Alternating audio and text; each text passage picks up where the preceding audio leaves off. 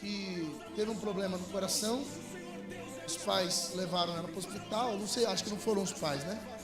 Alguém levou ela no hospital. E o médico perguntou: você tem algum problema? Tem alguma alergia? Usa algum medicamento especial? Ela disse: não tenho nada. A médica foi e aplicou glicose na veia dela. Quando o pai chegou, estava no meio do procedimento, o pai falou: ela tem diabetes. Aí a médica tentou na hora já reverter o quadro, já tentar tirar tal. Bom, a menina entrou em coma, está na UTI, menina de 21 anos. Eu recebi a notícia assim: ela está em coma, está na UTI, tem 21 anos. E foi um erro de informação. Quando eu cheguei lá no hospital, então já avisei a igreja, avisei os irmãos da intercessão. Ajuda eu que o negócio está bravo. E cheguei lá, encostei perto da maca assim, ela abriu o olho. Em alguns minutos eu comecei a falar: Deus, essa menina está em coma e ela despertou só para falar do evangelho para ela. Bom, de qualquer forma eu vi, eu conversei com ela, ela está de olho aberto, a gente trocou ideia, ela não lembra quem que é a Heloísa, que é a pessoa que me levou até lá, mas ela já estava bem melhor. Eu pude falar do amor de Deus para ela, falei que eu ia voltar lá e acredito que Deus só fez isso, permitindo isso, para que ela pudesse conhecer o tamanho do poder de Deus. Porque o pai disse que porque ela não quer ter diabetes, ela nega. Ó, para você ver. Eu não quero ter diabetes, então eu digo que eu não tenho.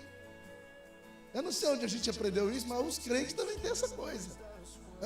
Eu não posso falar que a dor de cabeça é minha. Não pode mesmo, porque se é o outro que está sentindo, não dá para falar que é sua. Mas a gente tem essa mania de achar que eu estou tomando posse da doença. Ai.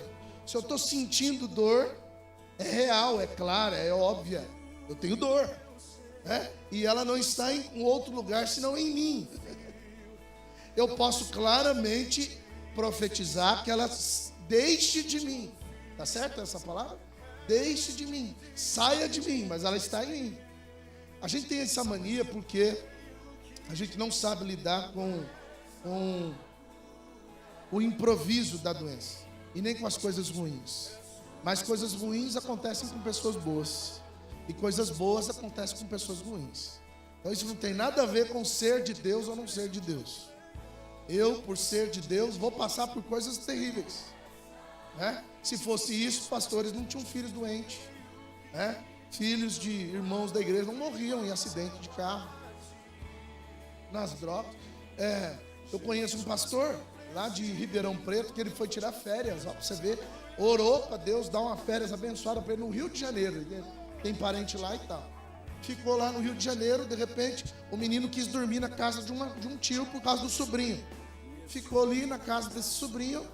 O que aconteceu? Desabou a casa com a avalanche. Eles morreram sufocados. Quando os bombeiros chegaram, ele estava agarrado no primo.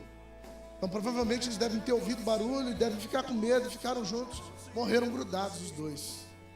Se fosse assim, então nesse caso o irmão, o primo, que se não fosse crente morria, e ele com uma redoma estava ali protegido por Deus. Também acredito que Deus livra pessoas da morte, tira as pessoas de um estado crítico para um estado de honra. O que eu acredito então é que a gente só precisa aprender a lidar com as situações que vêm sobre nós. Essa crise entre o tempo vai se tornando uma crise crônica. Nós não sabemos o que é temporal e não sabemos o que é permanente. E aí a gente surta. A gente não sabe se aquela doença que eu estou sentindo é para a morte, então é permanente, mas a gente tem um medo como se ela fosse para a morte. E a gente não sabe lidar com um período curto de tempo, como esse processo curto. A gente sempre ou surta a mais do que ele é, ou a gente se apega nele dizendo assim: está tão bom, vamos continuar. Assim também acontece quando as coisas boas estão conosco. Quando a gente descobre alguma coisa legal para a gente viver, a gente não quer que aquilo acabe. Mas tem muita coisa que Deus coloca na nossa frente para ser temporal. Ou seja, por mais que eu queira, por mais que eu desejo, por mais que eu goste, vai encerrar. Vai acabar. Né? A história de quem gosta de trabalhar. Quem gosta de trabalhar? Gosta de trabalhar, um dia você vai ter que parar de trabalhar. Né? E apesar de nós brincarmos com isso, tem gente, meus amados, que não consegue parar de trabalhar. Meu sogro mesmo, se ele estiver me assistindo, um beijo do ex-gordo para ele. Ele diz assim: se eu parar de trabalhar, eu morro. Então ele tem a noção de que aquilo é tão bom, tão bom, tão bom, que ele não acha que ele não consegue viver sem aquilo. E não se programa para parar. Então nós precisamos aprender a dividir o que é permanente e o que é temporário. Como igreja, nós fizemos um processo que é temporário, né? Que é a escola dominical de verão. Um processo que nós vamos querer um feedback de vocês hoje. Então trouxe uma avaliação para a gente preencher, para a gente sentir o que a igreja percebeu de maneira mais clara, porque ele vai poder escrever sem pôr nome e tal. O que a igreja sentiu e percebeu desse período? Esse período, apesar de ter um tempo determinado para começar e para terminar, deixou marcas na vida da gente. A gente quer saber se eu e você aprendemos com esse tempo. É óbvio que nós vamos tirar dali coisas que vão durar para a vida inteira, né? Mas apesar de ser bom, nós temos que encerrar. Temos um plano de ação para cumprir, como igreja metodista, né?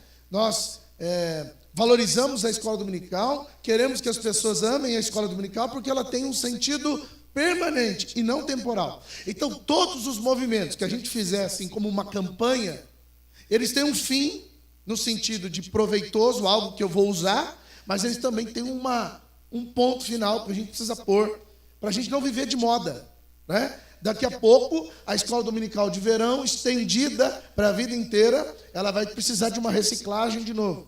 Então, a gente quer usar as ferramentas que Deus nos deu para poder chamar a atenção das pessoas para algo que é permanente. O temporal servindo o que é permanente. Eu estou usando essas figuras todas porque isso é teológico, isso tem a ver com a nossa vida.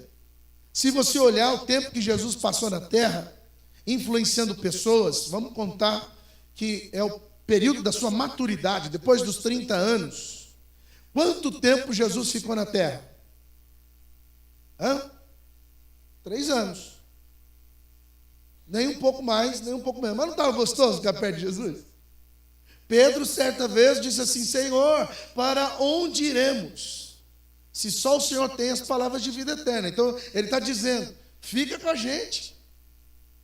Permanece com a gente. Mas o plano de Deus precisava que Jesus pudesse pôr um ponto final na sua vida para que algo permanente acontecesse. Então, sempre quando a gente olha para os períodos da Bíblia, você vai encontrar ali propósitos que duram eternamente, mas os períodos acabam. Por exemplo, período da lei. Vocês estudaram, quem está na classe da Bíblia estudou isso. Período da lei já não é mais a nossa referência de fé. Nós vivemos na era da graça. Mas muitas coisas que nós aprendemos da era da lei, a gente entendeu como um propósito eterno, como um plano de valorização do ser humano. Por exemplo, as leis dos 10 mandamentos, elas foram construídas para que o povo tivesse o mínimo de condições de passar 11 dias no deserto e o restante da vida deles na terra prometida. Qual foi o problema? Que aquilo que eles estabeleceram como um princípio, eles trouxeram juízo para dentro da prática deles permanentemente. Eles se afastaram da fé em Deus e por causa disso aquilo que seria bom e seria para sempre bom se tornou uma maldição eterna sobre a vida deles. Tanto é que ninguém daquele povo, fora Josué, encontraram aquela beleza, de todo o maná que descia do céu, da terra que mana leite e mel na terra prometida. Josué e Caleb são as duas únicas pessoas que convivem com o deserto e que podem passar para a terra prometida. Porque não sugaram, não absorveram o que, naquele período, que era de 11 dias, e depois se multiplicou por 40 anos, eles não sugaram o que era possível, o que era sólido para eles levarem a vida inteira. Essa também é a prova que nem tudo que dura muito tempo também gera princípios bons para nós. Então, nós estamos entre a cruz e o punhal. Tem duas medidas aí. Nós também não podemos nos apegar ao tempo, dizendo assim, a longevidade é que me deixa seguro. Também não é. Porque o povo passou 40 anos no deserto e aprendeu o quê? Quando eles estavam ali prestes a chegar à terra prometida, eles estavam reclamando. Já tinham visto o mar vermelho se abrir, já tinham visto tantas coisas acontecer, o maná tinha descido do céu, a sandália não acabava, a roupa não acabava, E eles murmurando, 40 anos murmurando, não aprendeu nada. Então eu acredito que a gente tem essa crise com o tempo. O tempo mexe com a gente e não faz com que a gente permaneça em Deus. Então, de vez em quando, nós vamos injetar na vida da igreja algumas coisas que são temporais, mas que é para resgatar aquilo que é permanente. E de vez em quando, nós vamos mexer naquilo que é uma rotina permanente da nossa vida, para viver algo temporário, para mexer com a nossa história também. Então, a gente sempre vai mexer, sendo de um lado ou de outro. Tá bom? Então, se você gostou da escola dominical de verão, resgate nela ou dela os princípios que vão durar para a vida inteira.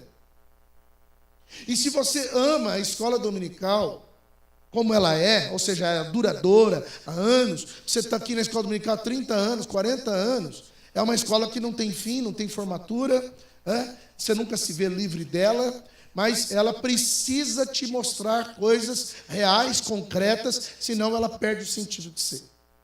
Então você foi despertado para acordar de manhã e vir para a igreja. Você se interessou por temas. E esses temas que foram interessantes para você devem ter deixado em você um desejo. Eu vou seguir mais profundamente com Jesus. Eu vou entendendo o que Ele quer da minha vida. E isso eu aprendi com Deus na caminhada e também aprendi com o professor de liturgia.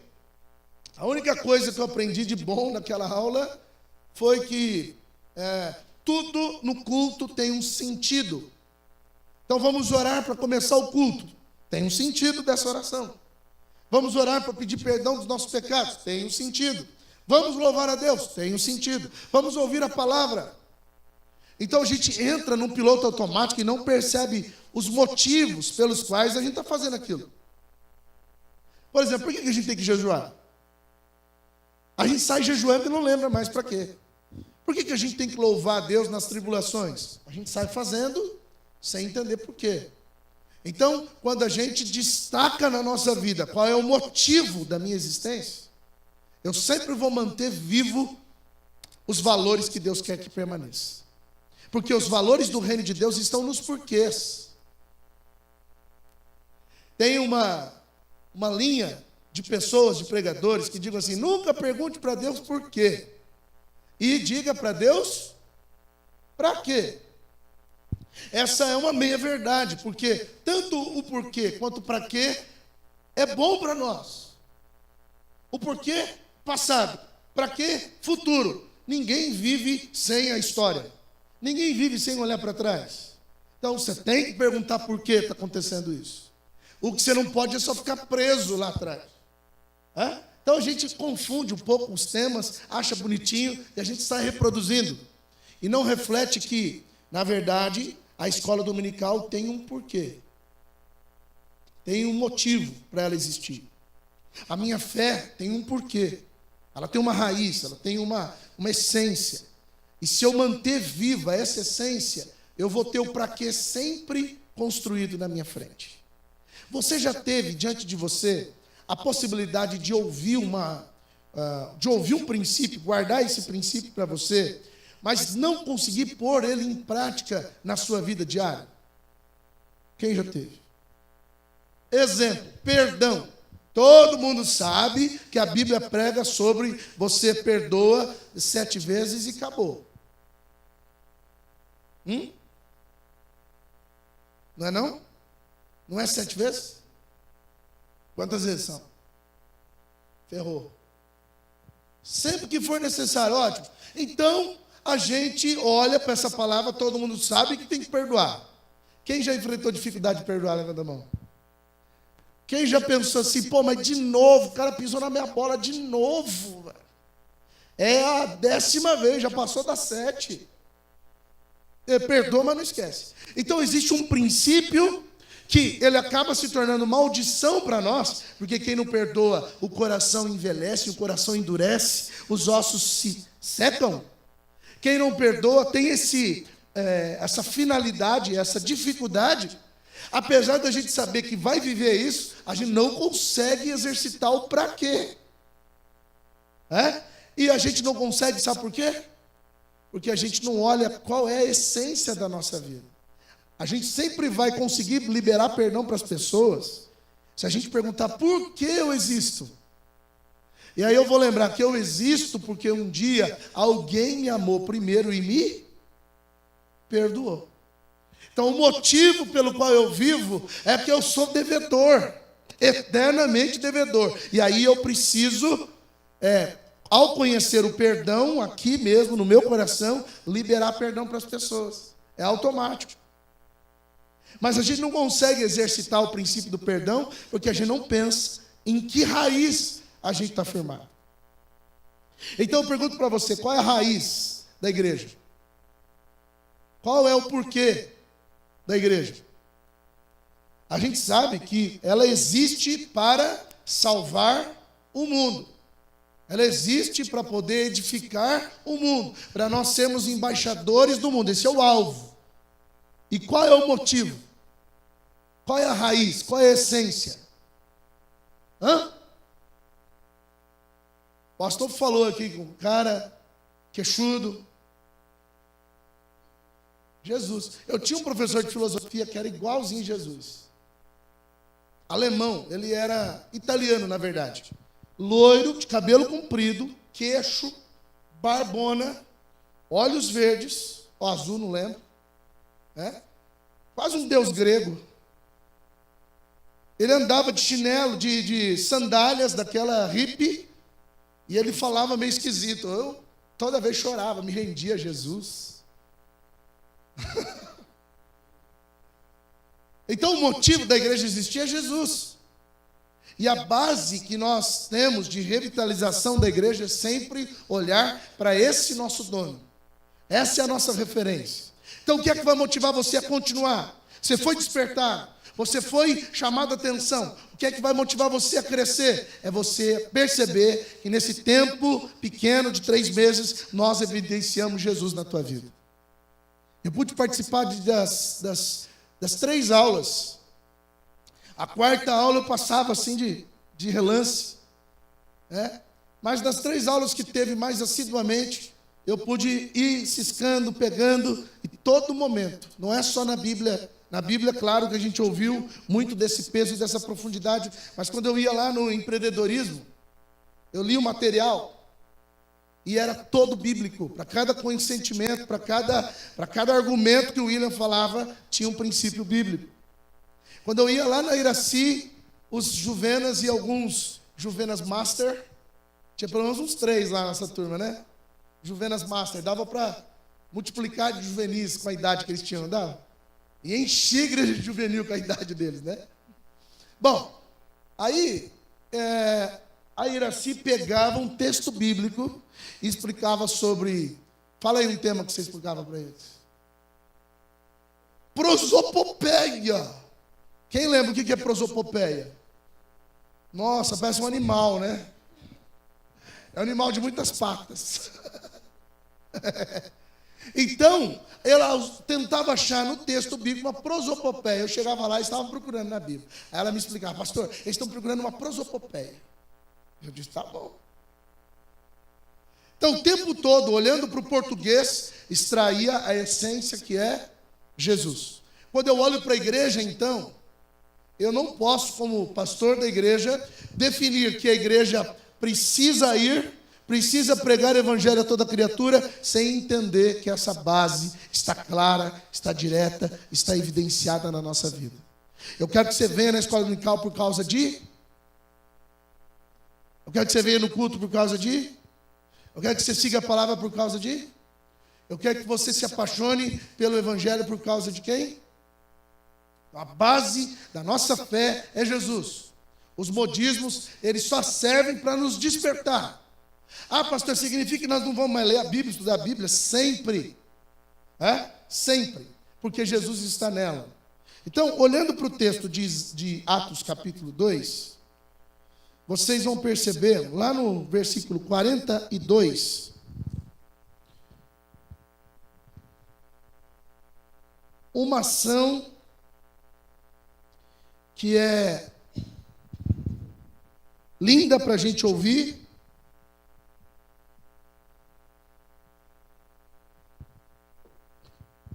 E difícil da gente cumprir. Atos 2, versículo 42.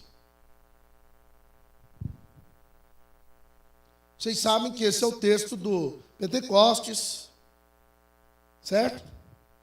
Vamos lá. E todos continuavam firmes, segundo os ensinamentos dos apóstolos, vivendo em amor cristão, partindo o pão juntos e fazendo orações. Os apóstolos faziam muitos milagres e maravilhas, e por isso todas as pessoas estavam cheias de temor. Todos os que criam estavam juntos, todos os que estavam juntos e unidos, e repartiam uns aos outros o que tinham. Vendiam as suas propriedades e outras coisas, dividiam dinheiro com todos, aleluias. Tem alguém a mais aí que eu estou precisando, vamos dividir. Está pegando dinheiro a mais aí. É a Carolyn. De acordo com a necessidade de cada um. Todos os dias, unidos, se reuniram no pátio do templo.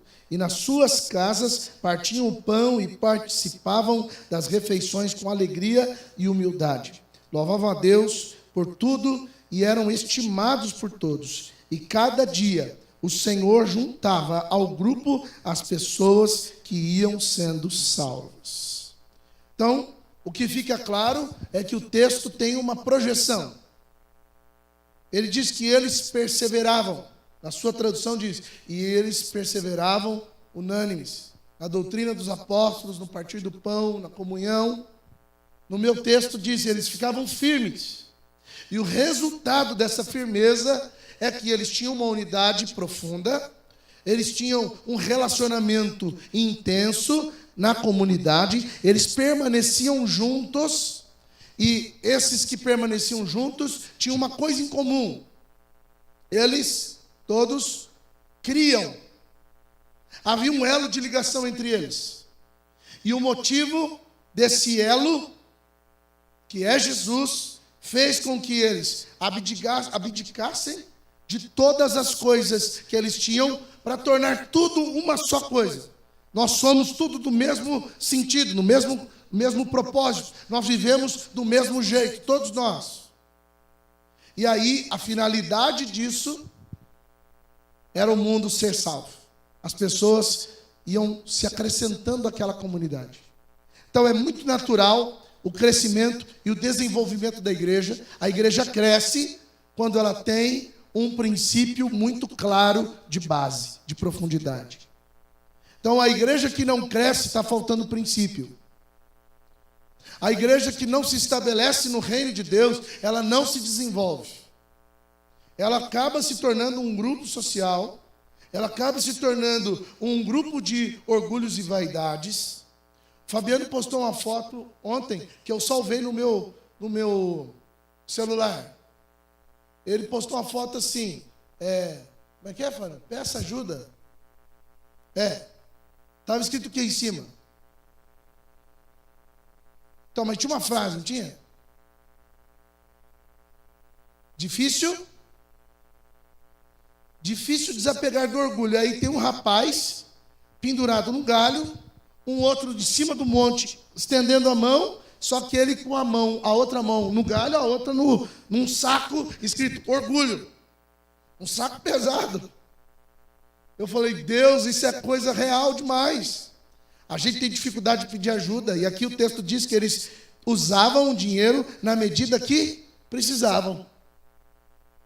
Então significa que se todo mundo sabe para que a igreja existe, eu não tenho por que ficar sofrendo o tempo todo. Eu divido, compartilho, eu abro. E quantos de nós conhecem pessoas que têm dificuldade de se abrir? Quantos de nós conhecem pessoas que acham que a igreja não é lugar de se abrir? Que se o pastor souber o que você está passando... Ai!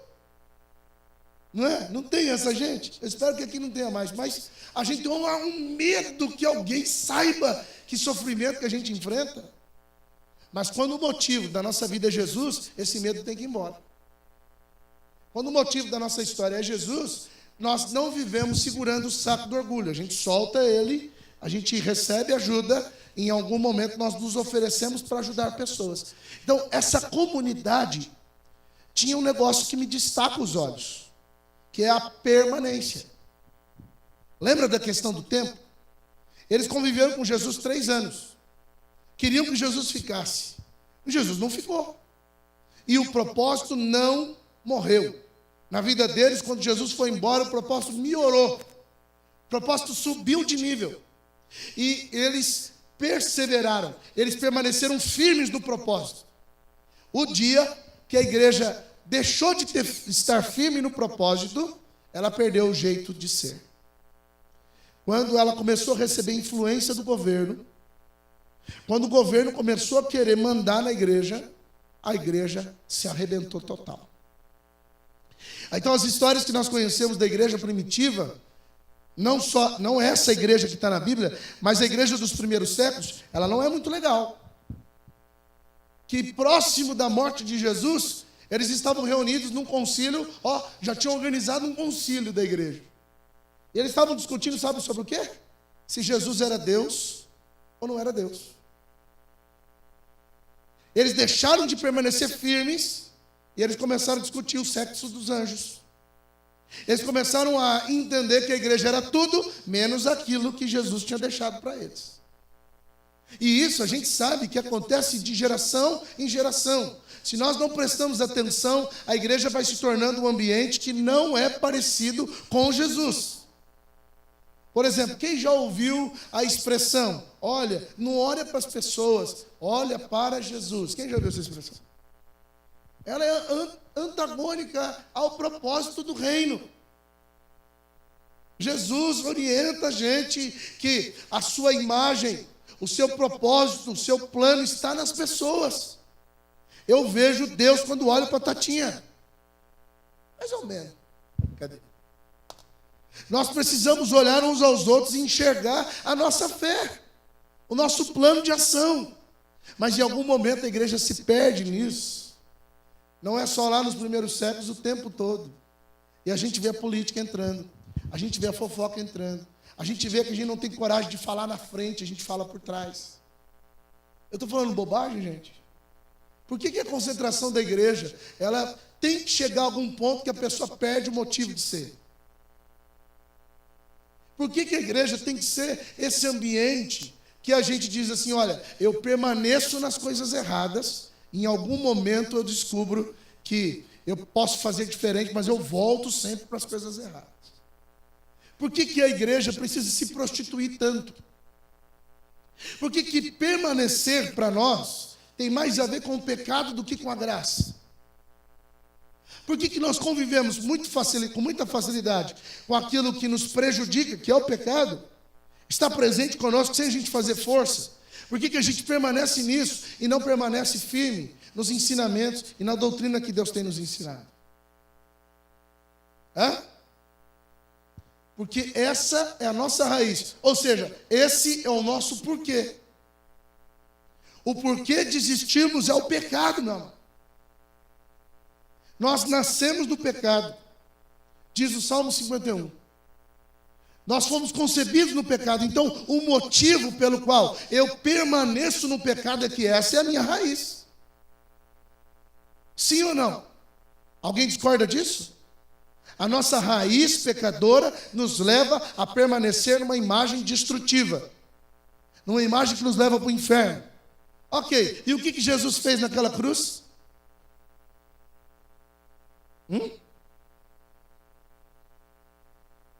Ele se estabeleceu como o novo Adão.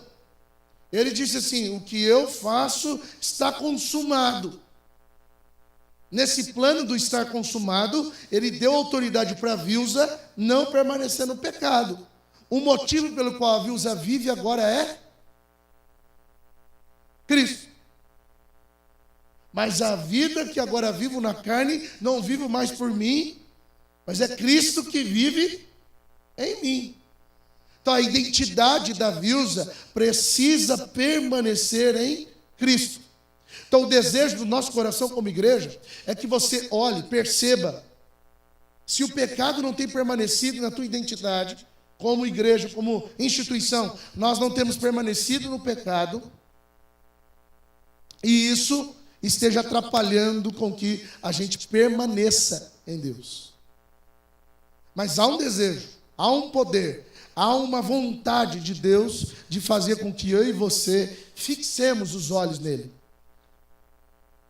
E para isso, eu olhando para o que está nas entrelinhas do texto de Atos, eu percebo que o perseverar aqui tem a ver com impacto. Todas as vezes que esses discípulos caminharam ao lado de Jesus, eles foram profundamente impactados. Então, para que eu e você possamos permanecer em Cristo, eu preciso deixar Ele chacoalhar a minha vida. Diga comigo, para eu deixar Cristo ser o motivo da minha vida, eu preciso deixar Ele chacoalhar a minha história.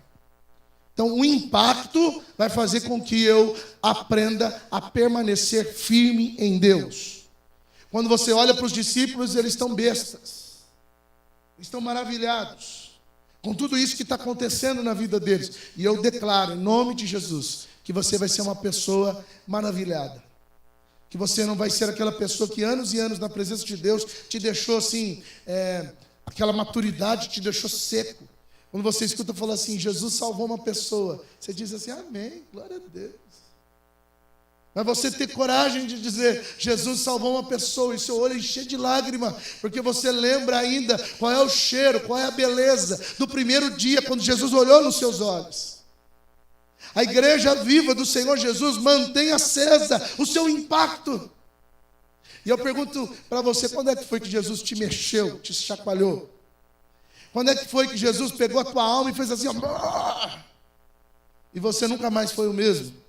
Traga isso à memória todos os dias, porque isso é o motivo da sua vida. Isso vai fazer você permanecer em Deus. Se você quer aproveitar a escola dominical, você precisa saber que ela só vai te servir a partir do impacto. É o motivo.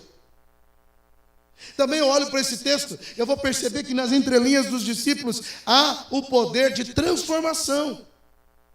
Nós permanecemos no pecado porque não vivemos sendo transformados. Como diz o apóstolo Paulo, de glória em glória. Nós temos uma dificuldade muito grande com o confronto. Nós não gostamos do confronto. Nós não gostamos que as pessoas digam para nós, está errado. E esse tipo de evangelho, aquele que confronta, ele não gera muitos agrados, ele não gera muitos sorrisos, ele não gera muitos aleluias, glória a Deus. Mas se eu não for transformado, e se você não for transformado, a sua vida vai permanecer no pecado e não na presença de Deus. Então, se nós gostamos do Senhor, todos os tempos e épocas, sejam eles temporais ou permanentes, eles precisam gerar em nós mudança. Eles precisam gerar em nós não só o dínamos, não só gerar uma explosão, mas gerar também em nós uma metanoia, uma transformação. Diga comigo, Deus precisa constantemente me transformar. Se você entende esse princípio, você também vai viver olhando para a identidade do reino e vai perceber que no meio dos discípulos havia um poder de multiplicação. Nós precisamos absorver isso. Eu estou muito preocupado com o crescimento da igreja. Porque a igreja está crescendo, eu vejo alguns irmãos assim, o pastor não dá mais bola para mim.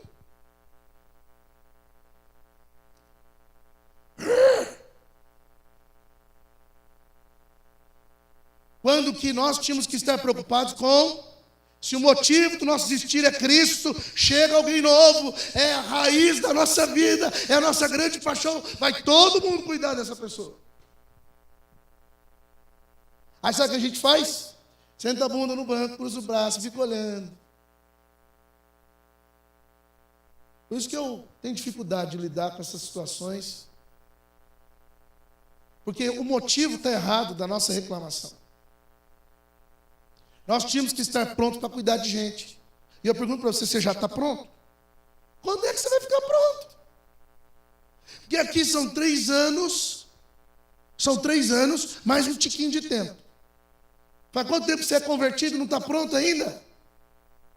Quando é que a sua vida vai gerar multiplicação? É a raiz da nossa vida. Porque se for assim, meu amado, se chegar homem, tem homem lá para colher. Se chegar mulher, tem mulher para colher. Criança, tem criança para colher. Agora, a gente olha, não pede ajuda. A gente não pede, a gente não tem coragem de dizer, eu preciso. E a gente fica olhando, dizendo, o outro tem, eu não tenho. No sentido original da igreja, nós precisamos saber que ela cresce, que ela multiplica. E não há, aqui eu falo abertamente para vocês, que eu já ouvi essa palavra e ela é maldita, ela precisa ser cortada do nosso meio. Mas eu entendo que essa é uma realidade, de que quando nós encontramos pessoas novas chegando, essa pessoa tem dificuldade de viver, essa pessoa tem dificuldade de respirar, essa pessoa tem dificuldade de se relacionar, ela não sabe ainda que aquele ambiente é sadio para ela, alguém precisa instruí-la. E eu não quero que essa dinâmica fique só sobre mim. Porém, em algum momento, se você não faz isso, perder essa pessoa, nós não vamos perder. Então, quando a raiz do Evangelho habita em nós, nós vamos naturalmente multiplicar. E o reino de Deus vai continuar sendo reino de Deus. E eu não quero, enquanto a igreja estiver sob o meu pastoreio, que a igreja se torne um clube em que a gente só alisa as pessoas, não provoque transformação e multiplicação. Que é o que está acontecendo. Se eu não estou gerando multiplicação e transformação, eu estou sentado reclamando da vida. Então eu preciso prestar atenção nisso, porque é natural do reino de Deus que isso se multiplique. Os discípulos estavam unânimes no partir do pão, na comunhão e tal. De repente, chegava mais gente. E agora? Diz o texto que quando apareceram as viúvas, os discípulos disseram assim, vamos eleger os diáconos. Depois eles começaram a esquartejar em casas, mas ninguém ficou sem ser cuidado. Então a dinâmica de sermos cuidados, ela precisa ser geral, universal. A gente não tem aqui os nossos líderes, a estrutura da igreja para alisar a nossa vida, meu amor. Precisa gerar transformação. Se gerar transformação, você vai entender o que eu estou te falando. Então, se a escola dominical serve para isso, ótimo. Porque daí você vai descobrir que tem algo que motiva mais a igreja, que motiva mais o pastor, e não é que ele vai e despreza o restante do povo e vai ao encontro do perdido. Mas aonde tiver uma necessidade, está ali a nossa liderança. Você tinha que ter orgulho disso. E queria fazer igual. Você tinha que ter orgulho e queria dizer assim, eu quero essa paixão para mim. Esses dias eu briguei com um juvenil, porque ele disse assim para mim, ô pastor, eu queria ser apaixonado igual o senhor é. E eu bati nele, dei um soco nas costas dele, brincando. Falei, para com isso, rapaz. Se você quer, você recebe. Se você não quer, você vai ficar aí choramingando. Vai buscar que você vai receber. Ele falou assim, tá bom, pastor. O juvenil, querendo se apaixonar por Jesus e não sabe como. Então nós precisamos que esse propósito seja multiplicado. Amém, meus amados? Que a paixão no meio de nós incendeie grupos e mais grupos, conversas e mais conversas, almoços e mais almoços, para a gente diminuir os problemas. Esse tipo de problema não precisa acontecer. Nós estamos hoje com 8 células, e quem fala dessa ausência de pastoreio não se envolve. Se envolve. É lá que nós estamos sendo cuidados, orientados. E aí, nós vamos ter o último princípio, que é o princípio do firme propósito. Quem permanece, permanece firme em algo. E todas as vezes que a igreja então se reunir, vai se reunir para fixar os olhos em Jesus e não sair mais dele. Então nós queremos uma geração que não abra mão de Jesus.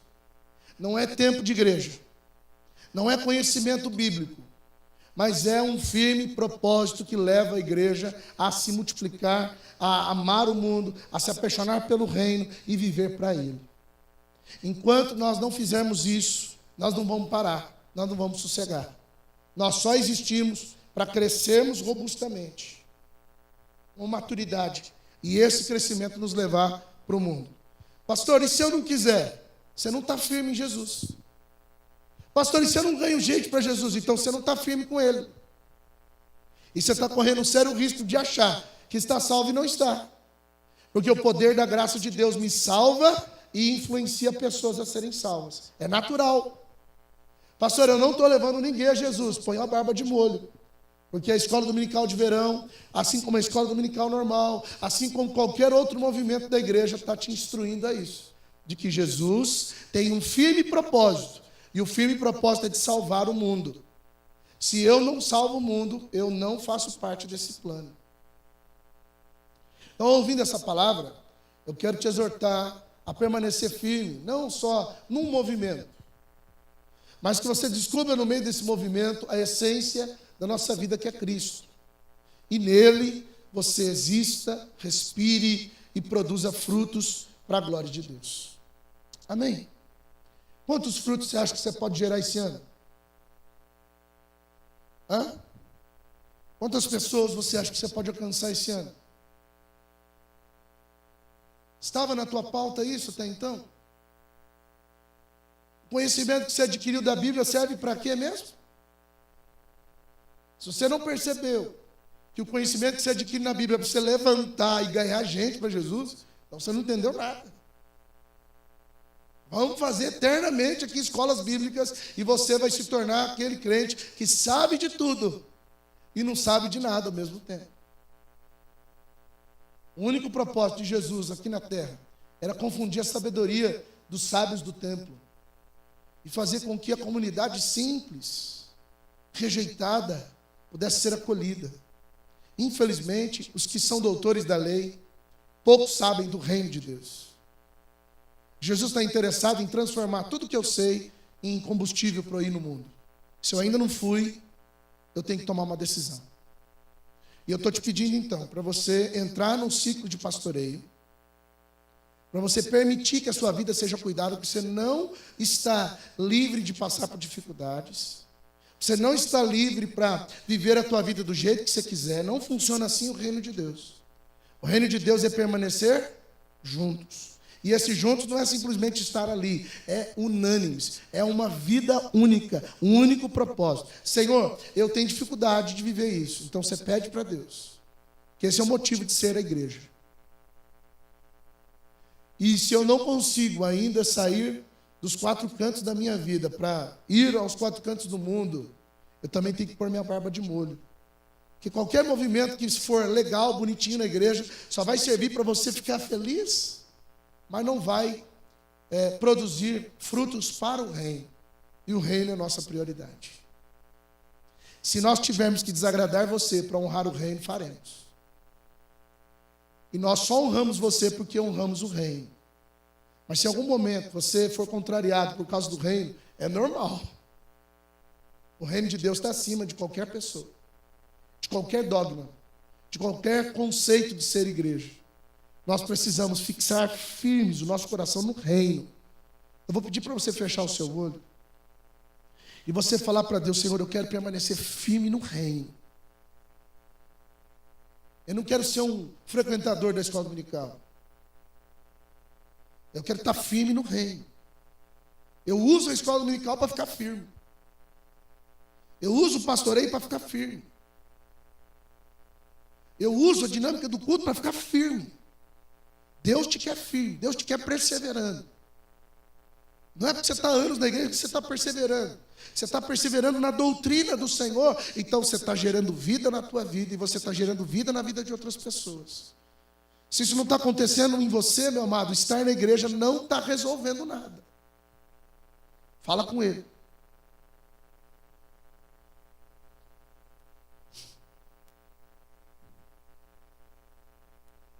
Senhor Deus, nós reconhecemos aqui que existe uma dificuldade do nosso ser de entendermos, ó Deus, a permanência que o Senhor quer de nós.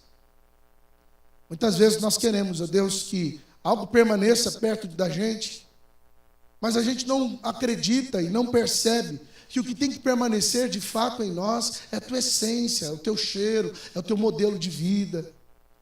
Nós temos que refletir sobre isso. Tudo passa. Tudo passa, Senhor. Mas o que permanece é a tua palavra. Então mostra para o teu filho, para a tua filha, o que é que nós temos que extrair da escola dominical, o que é que nós temos que extrair do culto, o que é que nós temos que extrair dos movimentos que temos de pastoreio, o que é que nós temos que fazer para a nossa vida fixar os olhos em Cristo Jesus. E aí, ó Deus, a gente vai entender bem, quando o Senhor nos der uma época boa, e essa época tiver um fim, a gente não vai desistir do Senhor. Quando a gente tiver uma época ruim, a gente não vai achar que aquilo é permanente, a gente vai entender que aquilo tem um tempo, vai passar, e o nome do Senhor vai ser glorificado. Faz a gente entender que esta dinâmica do teu reino é a nossa prioridade. Faz-nos apaixonados pela tua palavra. Faz-nos apaixonados pelo conhecimento, ó Deus, das tuas doutrinas. Mas, por favor, gera em nós metanoia. Gera em nós transformação. E todos os dias, Pai, se a leitura da palavra do Senhor, se os nossos tempos de devocional não produzem mudança na nossa vida, começa a produzir. Nós queremos permanecer em mutação. Nós queremos permanecer em transformação. Ainda que doa. Esse é o modelo do teu reino. O modelo do teu reino é ver os valores sendo transformados. Se eu tenho valores fixos que não são mexidos, sacode-nos, impacta-nos, para que as coisas da nossa vida andem de acordo com o teu reino. Nós oramos assim, Pai, no nome de Jesus. E tudo que o Senhor nos der para viver, sejam tempos de honra, de excelência na tua presença. Oramos em nome de Jesus. Amém, Senhor.